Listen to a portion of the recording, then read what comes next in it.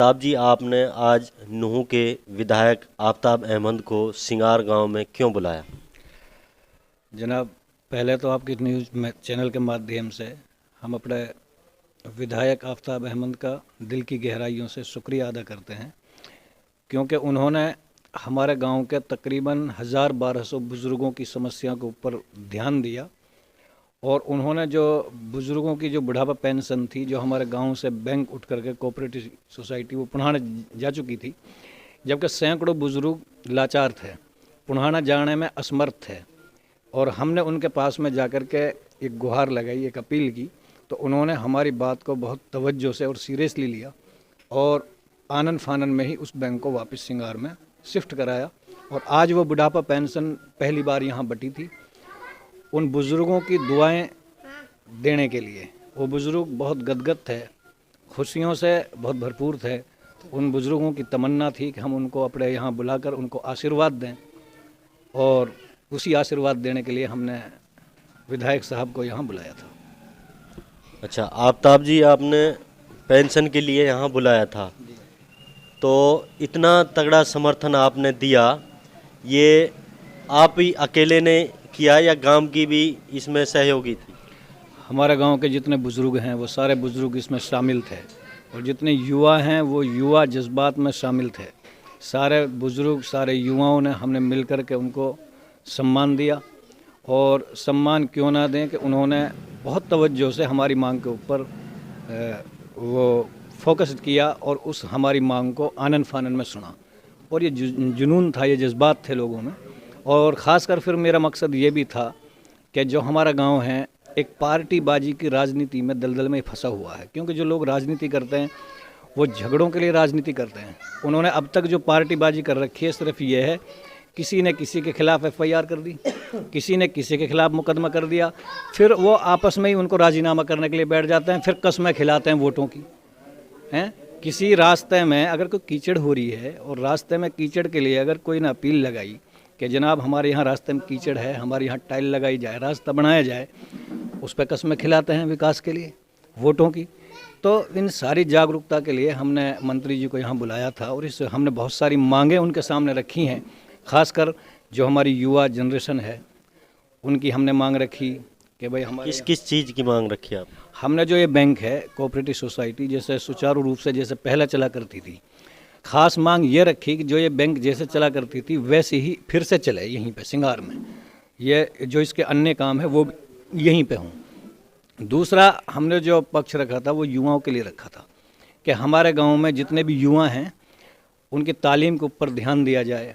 जो नशाखोरी के उसमें जो आदतें बच्चों में पड़ी हुई हैं उसके ख़िलाफ़ भी हमने ये बात रखी, तो मंत्री साहब ने उसके लिए भी हमें आश्वासन दिया कि इसकी मुहिम में हम भी आपके शामिल रहेंगे। और हमारा मिशन यही है कि राजनीति के बगैर कोई काम चलता भी नहीं है, राजनेता का सहारा होना भी बहुत ज़रूरी है, और इस वजह से हमने उनको बुलाया था कि हमारे जो युवा हैं, चाहे वो खेल प्रतियोगिता हो, चाहे वो स्कूल के माध्यम से शिक्षा का मैटर हो, हमने ये सारी बातें उनके सामने रखी हैं, और उन्होंने ये पूरा आश्वासन दिलाया है कि जब भी आपको ज़रूरत पड़े मेरी, मैं पल पल पे आपके साथ में खड़ा रहूँगा।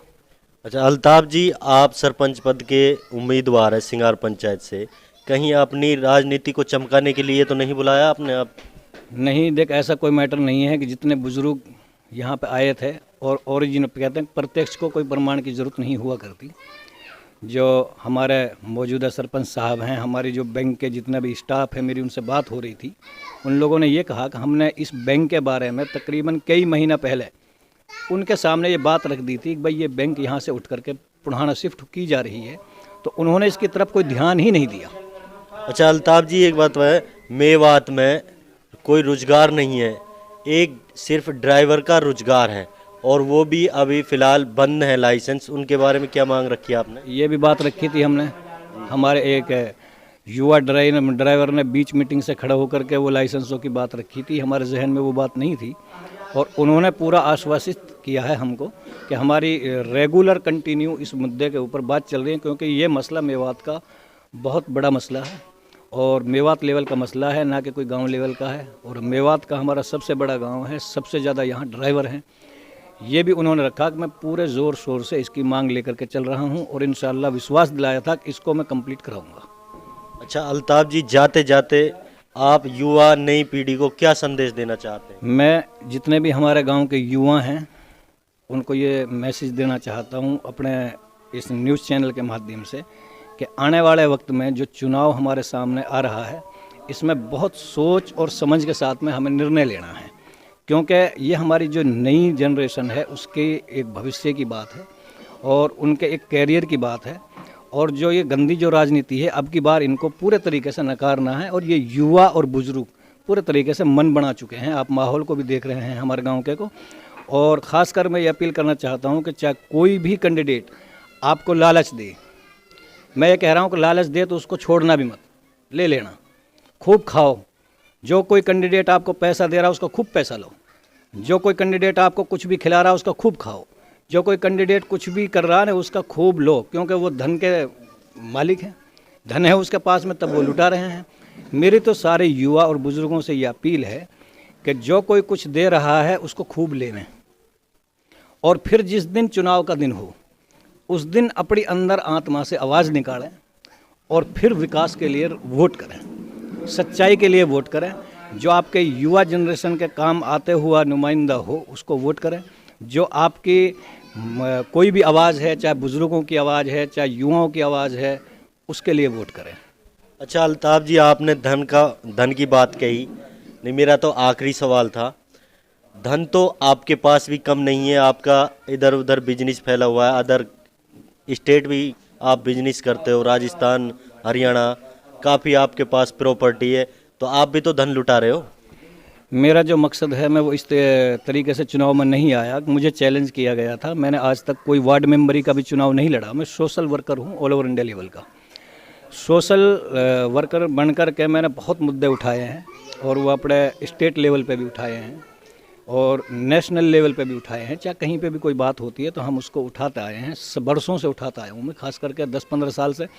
लेकिन राजनीति में मेरा पहली बार कदम है, वो भी क्योंकि एक कैंडिडेट के अहंकार की वजह से वो अपने माइंड में ये सोच करके बैठा कि भाई हम धनवान हैं और हम पैसे के बलबूते पर किसी को ये चुनाव देंगे नहीं, और अब इस गांव में किसी के बस की बात नहीं है कोई चुनाव लड़ेगा। मैं सिर्फ इन चीज़ों को सोच करके उसको जवाब देने के लिए मैदान में आया हूँ। शुक्रिया अल्ताफ़ जी। तो दोस्तों, आपने मुस्लिम महासभा के प्रदेश अध्यक्ष हरियाणा के और सिंगार पंचायत के भावी उम्मीदवार अल्ताफ़ हुसैन को सुना और उनके विचार देखे। हम आपको बता दें, आज सिंगार गांव में 2 बजे नूह के विधायक आफ्ताब अहमद जी पधारे हैं और इन्होंने बुढ़ापा पेंशन को लेकर उनका शुक्रिया अदा करने के लिए उनको बुलाया और उनका ज़ोरदार स्वागत किया। तो दोस्तों, अगर आपने अभी तक DTV न्यूज़ चैनल को सब्सक्राइब नहीं किया है तो प्लीज़ सब्सक्राइब करें और वीडियो अच्छी लगे तो लाइक और शेयर करें। आप हमें फेसबुक पर भी फॉलो कर सकते हैं।